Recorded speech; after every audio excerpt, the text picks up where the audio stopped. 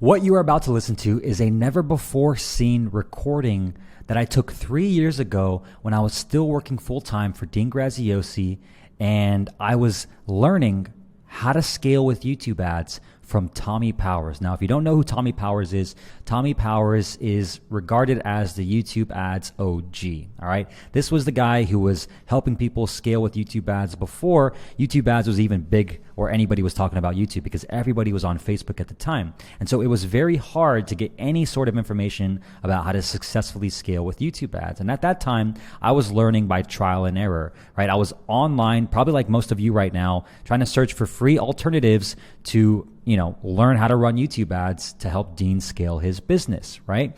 And it wasn't until Tommie flew out for one day to coach me and give me the blueprint on how to successfully scale with YouTube ads that we were able to go from spending $5,000 a month to $5,000 a day in a very short time frame, which ultimately changed the direction of Dean's business, because we were able to open up a new traffic source, which was YouTube, and really scale it to the moon, where I was able to then go from $5,000, $10,000, $15,000, and even $30,000 a day at one point with just one offer. All right. Now, Tommie, this recording specifically is one of our coaching calls that we had after that day, because he was continuing to give me support on an ongoing basis weekly, where we would have one hour coaching call every single week, where he was able to just continue coaching me, give me strategies, tips, insights on how his mind worked with YouTube ads. And I soaked in all that information and have since ran with it, obviously, to buildadspend.com to what it is today, where we successfully spend $1.62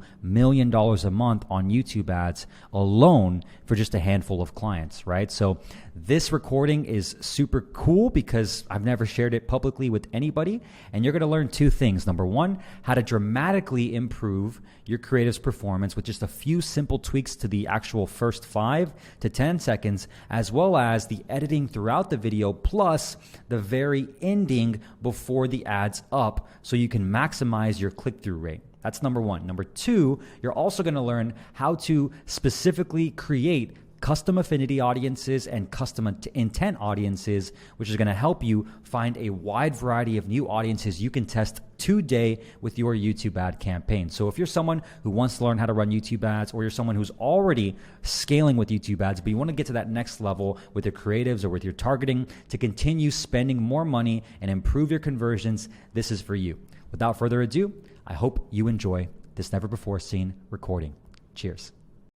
Number two, you need to show them where they need to click. Okay, so if you're running on mobile, you can use cards. I don't know if you guys have that activated on your channel.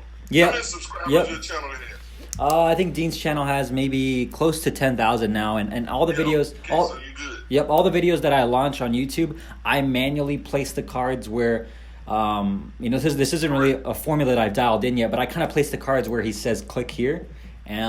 But the thing that I haven't done, and the thing that I'm going to actually send over to the production team as well, is having them add an overlay in the video to tell them if you're on mobile, click here. But the only problem I ran into with that one when I tried it once before was we added that overlay, and for some reason, when you look at it on desktop, YouTube added a new viewing function where it looks like it's there's like 2 black bars on each side of the videos now on desktop mobile or desktop view. So it almost, I can still try it, but maybe I should just try it from mobile first. Well, you have to have, it's 2 things that you can do. One is you can have 2 different videos where you only run on mobile. I don't personally. It's too much fucking work if you ask me when you're testing. You're trying to manage all of that.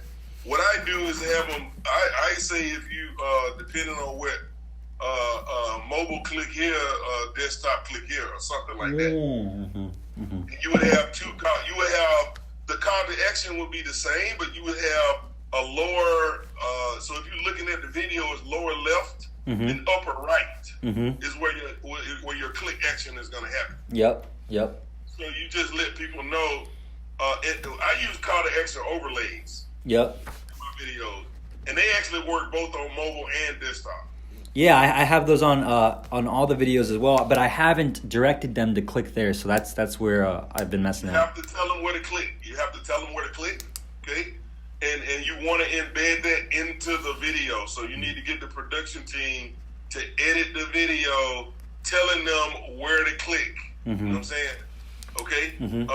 So 1, so 2, so 3 is Amazon reviews. So you kind of cut off. Sorry about that. Say that again. Amazon and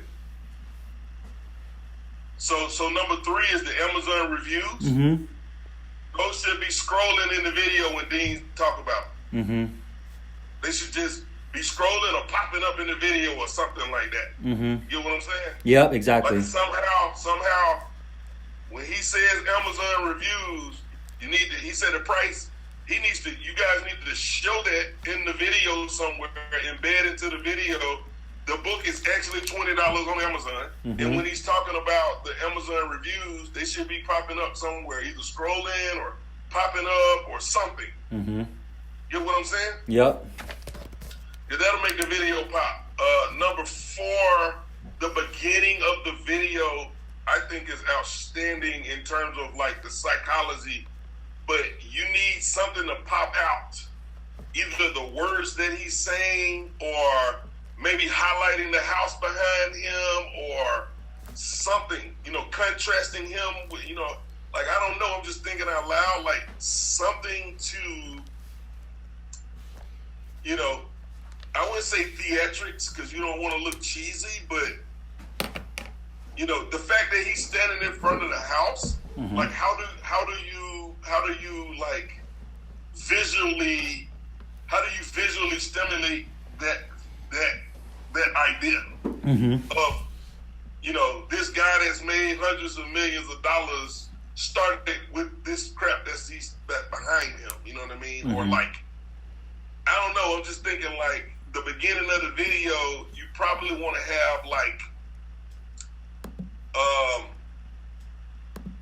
in fact, I live something like very, very beginning, like those first 5 seconds. It needs to grab them in some way, whether it be words on the screen or maybe something, some upper corner left or upper corner right, pointing to the house behind him that says something about,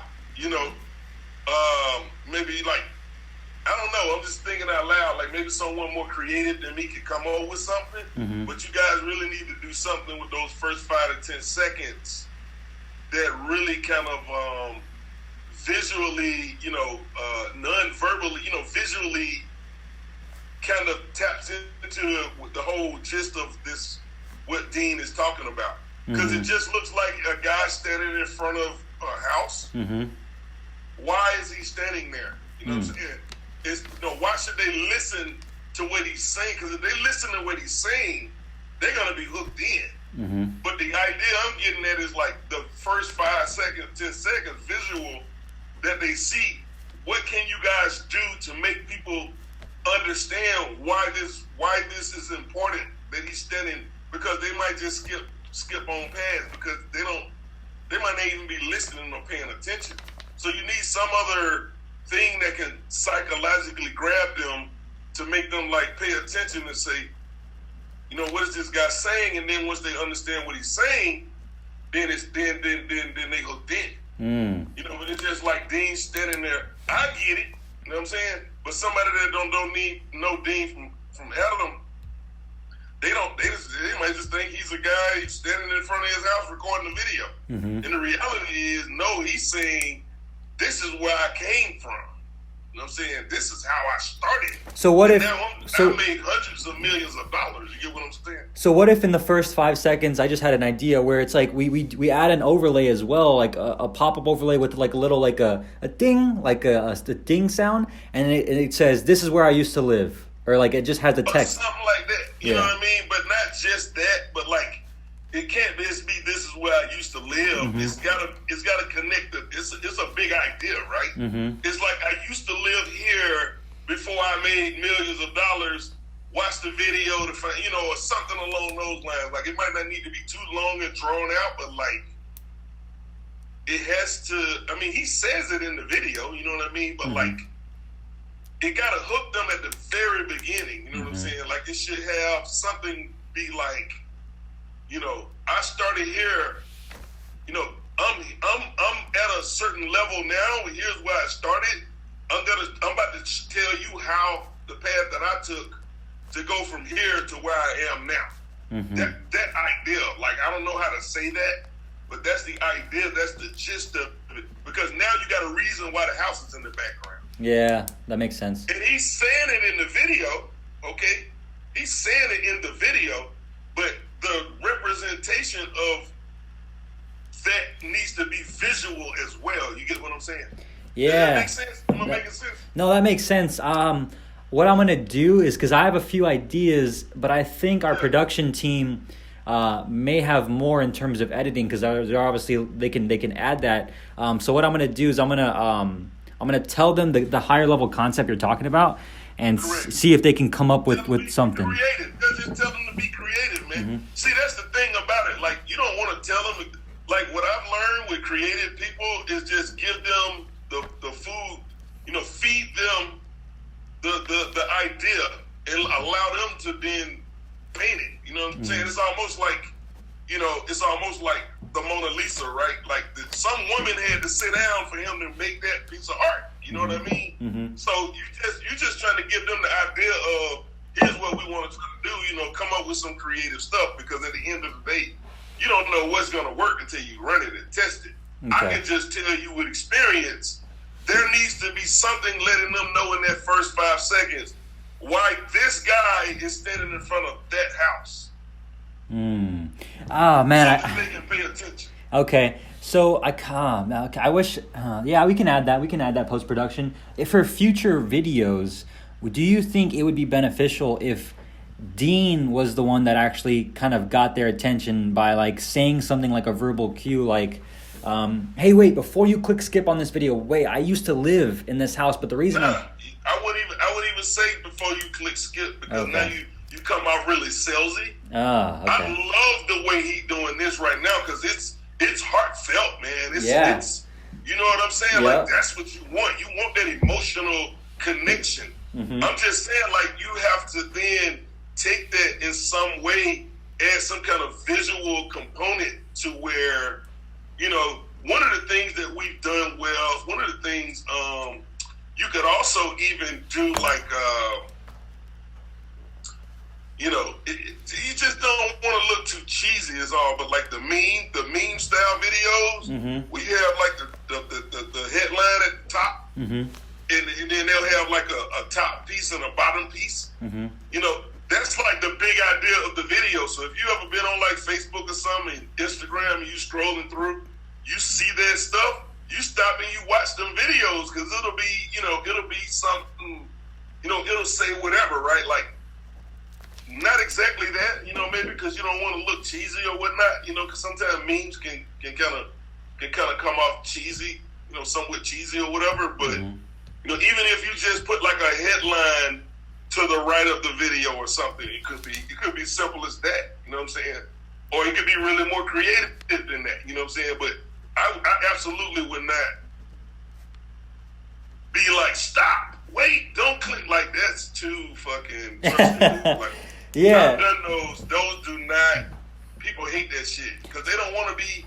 People don't want to be advertised to. Mm. But if you got really good, if you got comedy, if you got emotion, if you got those are the things that people really resonate with on a broad scale. On my experience, comedy probably more than anything.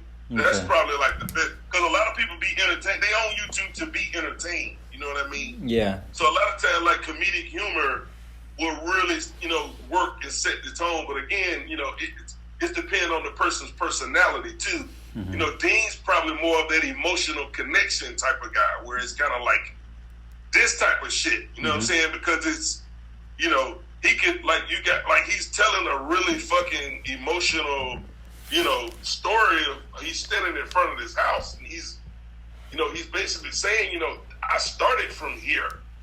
This is where I started from. I've gone on to make hundreds of millions of dollars, sell billions of dollars worth of stuff, or whatever. And I started here. I started humble. And I'm telling you, if I can do it, you can too. You know what I'm saying? This is evidence, that kind of thing. Like, I think he's, people resonate with this stuff like that. But they just have to be clear on why this guy and why that house. Because as far as they know, you just some dude recording the video in front of your crib. Okay, that makes sense. Yeah. Okay. So like, don't overthink it, but just how can we capture them in that first 5 seconds? So go ahead. So I think you gave me some good tips. Number one, we could try. I mean, I'm even thinking we could try all three. Like maybe even like one meme style kind of creative for YouTube, specifically with the format. One with like a headline, just kind of like right over here, and then maybe one where they kind of do their own thing, and I let them try to just try to create something to get their attention as well. And then we could test all three head to head and see which one works. And what I'm thinking too is for the dead time footage that you mentioned, at the end of the video, would you just have it go to like a blank screen with the book in the middle, and then like the click here and the click here? Yep. Okay. I would have something relevant to what they're gonna see when they click through. You know what I mean? I see. Even if it's not necessarily the book itself, or if it's the book, you just gotta describe what they're gonna see when they click. You know what I'm saying? Not sell the book, but sell the click of, here's what you're gonna get. Here's what you're gonna see when you click. Because the page should do the rest. You know what I'm saying? So you don't have to like really try to convert them at that point. You're just trying to get them to click through. And you're trying to set their expectation for what they're going to see when they get there. I'm almost. Here's the book. You can put the book in and you can just say, when you click on here, you go to get this book on this page. We already paid for the shipping, whatever. Go on this page and get all the details of how to go ahead and get your hands on it or something like that. Yeah. But like, you're not converting them in the damn video. The page is gonna do that. They just need to know what to expect when they get there. That's all. Yeah. So almost, I'm thinking maybe even have footage of like someone going through it, or one of us going through it on the actual webpage, showing them like typing in the information and pressing get the book, right? And then that way it kind of. Hang on for a second. Hold on for a second. My mama called me. I'm sorry. Go ahead. I was saying like almost at the end of the video for the quote unquote dead footage could be one of us doing like a screen capture of us actually typing in a fake whatever, and then yes. Now they see the page and they see kind of what's going on when they get there. When they click over there, their expectations is already kind of set up. So when they get there, they kind of already know what to expect. Yeah, that'd be great. That'd be great as well. Something like that. You know what I'm saying? Perfect. Again, like don't overthink it, but like whatever you guys can do is worth giving it a shot. You know what I mean? Yeah. So, something like that. Cool. So the last thing would be annotations. Okay. I would personally. YouTube has a feature where you can do, but I personally like to embed them into the video. Where you know what I mean by, what I'm talking about? Captions, you mean, right? Whatever Dean's talking about. Yep. Whatever Dean's talking about should be scrolling across the screen the whole time. Okay, so add captions. Yep. So number one. You could do one with it and one without it. You know what I'm saying? To test it. But I'd be willing to bet the one with it is going to perform better. But, it might not be a bad idea to test it. You know what I'm saying? Exactly. But yeah, number one was 10 seconds of the dead footage. Number two, show them where to click, embed the actual overlays. Amazon reviews pop up while he's talking about it with the 1995. And then number four is get something creative to make sure to get their attention on a psychological level. Which they can create. Yep. The first 5 to 10 seconds, and then number 5 is the captions. Perfect. Those are all awesome. So I guess moving on from the actual creative itself, now that kind of we have that down, for the launching strategy, what I was thinking is this could be the perfect test to launch into the old campaigns that kind of quote unquote died. Maybe the ad fatigued, the MSH similar to book buyers and the MSH similar to opt-ins. So what I'm thinking is just, would you just kind of turn those campaigns back on with this creative, or would you create like a different campaign and try to test it? I would use the ones that I had before. Okay. Because those already have some data. AdWords algorithm already has information about those campaigns. Mm-hmm. So the likelihood that they serve those campaigns up is going to be, if you start all over, you basically telling Google to start all over and go and find the right people to put my ad in front of. Part of what you're doing with your conversions is you're feeding the algorithm to be able to dictate where to serve your ads. You know what I'm saying? So if you got a campaign that you can use that already has data, you'd rather leverage that than try to start from scratch. That makes sense. You know that makes sense.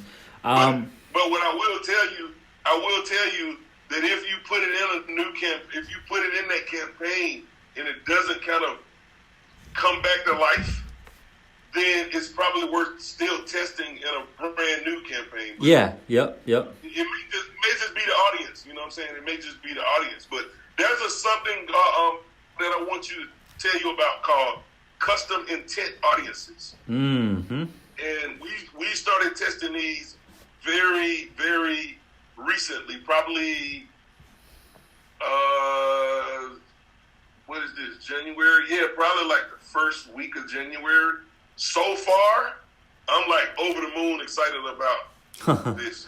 So custom intent audiences, basically, there's something called custom affinity audiences. Yeah, I actually just I made a dummy campaign, this one right here, that I try to make custom affinity audiences with like other competitors' websites like Brendan Bouchard, Lewis Howes.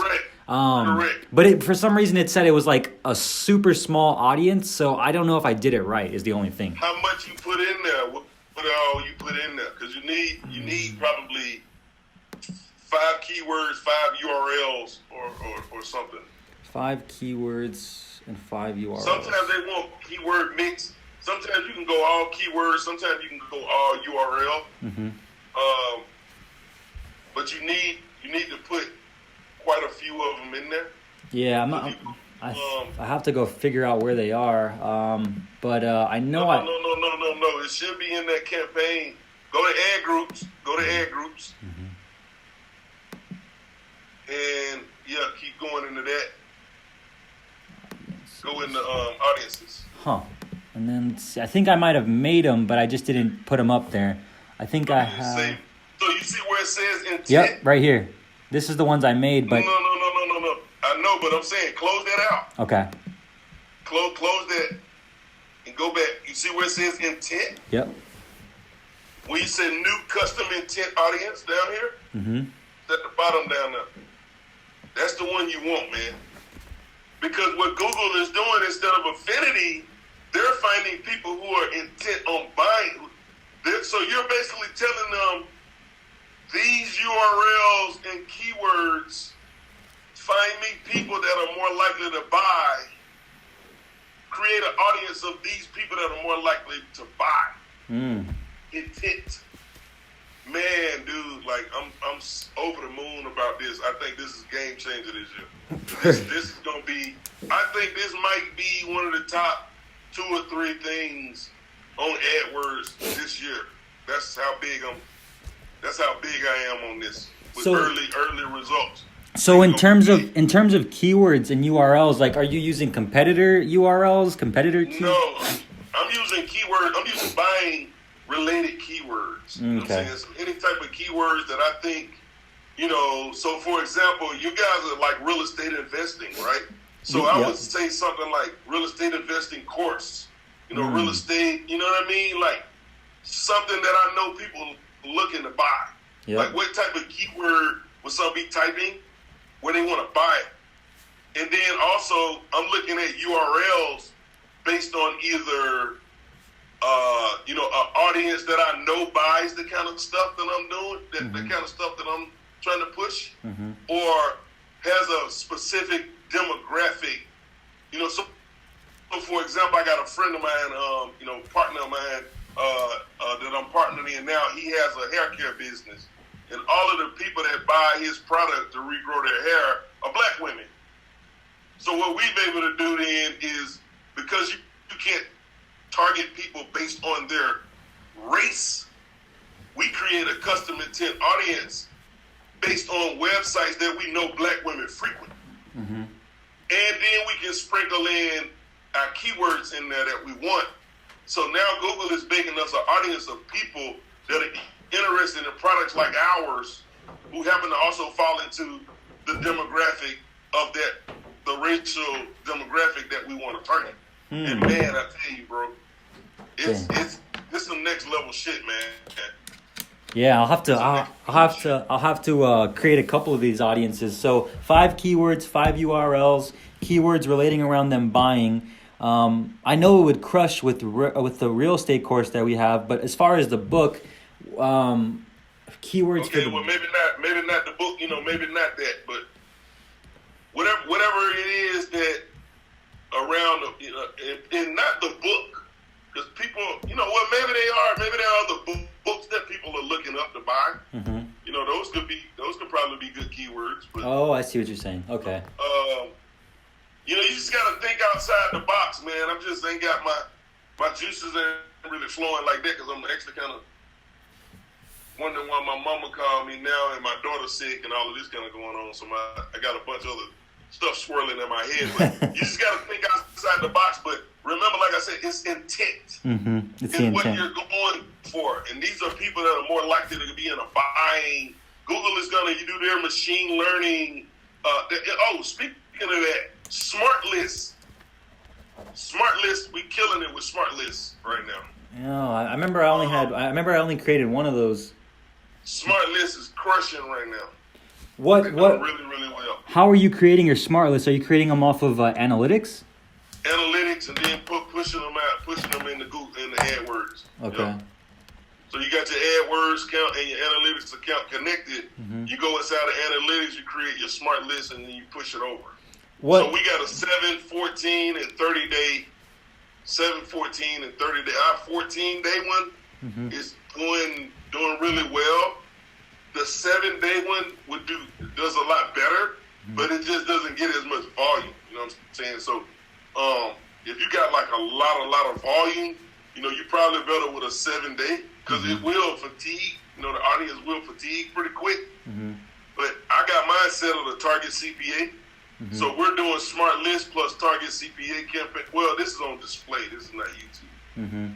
Because you can't do target CPA on YouTube. Okay. I'm thinking about display. Jesus Christ, my phone keep ringing. Yeah, if you need to go, no worries, man. You tell people you got shit going on and they just call you then. But anyway, that's Google Display, ain't it? Okay. We're running it on YouTube too, but we're not doing target CPA on YouTube. And even without target CPA, it's still working pretty well. It's working. I think 7-day is the one on YouTube. And the 14-day one on display. The one on YouTube is the 7-day one that's working well, but it just doesn't get a lot of volume. You know what I mean? Like, we spend like $100 a day, or something like that. Like, it maxes out. Because this particular one just not. I mean, we getting a lot of traffic, but it's not a lot of volume. You know what I mean? In terms of like being able to spend like $1,000 a day or $5,000 a day or something. But the CPA is like half of what everything else is, so it helps our overall CPA. You know what I'm saying? Yeah, that makes sense. That's why I'm telling you about it. Like, it's worth running, because it can help bring down your overall CPA. But definitely, I'm thinking out loud. Like, you probably could run that on display too. Yeah, I have. It's just a remarketing campaign. You know what I'm saying? And what Google is doing is they have this machine learning that then try to figure out your visitors that are more likely to convert when they return to your website, based on all of whatever data that they have inside of your account and the person's history and all of this. somehow machine learning knows. I mean, whatever it's doing, it should work. So I can just tell you, smart lists work great. They're doing great. So for your display smart lists, are those remarketing? Well, I'm saying like a smart list, generally speaking, is just a remarketing list. You can use that list to target on Google Display. You can use that list to target on YouTube. Okay. And you're creating the smart list off of people that have visited the page? Is people that have been to your website already. So yeah, it's a remarketing list. It's just called smart list, but it's a remarketing list. Oh, that makes sense. You know what I'm saying? That makes sense. It's a remarketing list. So Google is saying, these people been to your website. We're gonna allow our machine learning algorithm to determine who's most likely to convert, and then those are the people that's gonna go into this list. They call it a smart list, and then you can then remarket to those particular people that Google believes are more likely to convert when they come back to your website, and it works. It works great. Yeah, because smart lists, you make those off the 7 to 14 and 30 days of people who have visited the sales page and the shipping page, right? No, you just go into Google and you create a smart list and you set it for however many days you want it to be. You don't do you don't tell them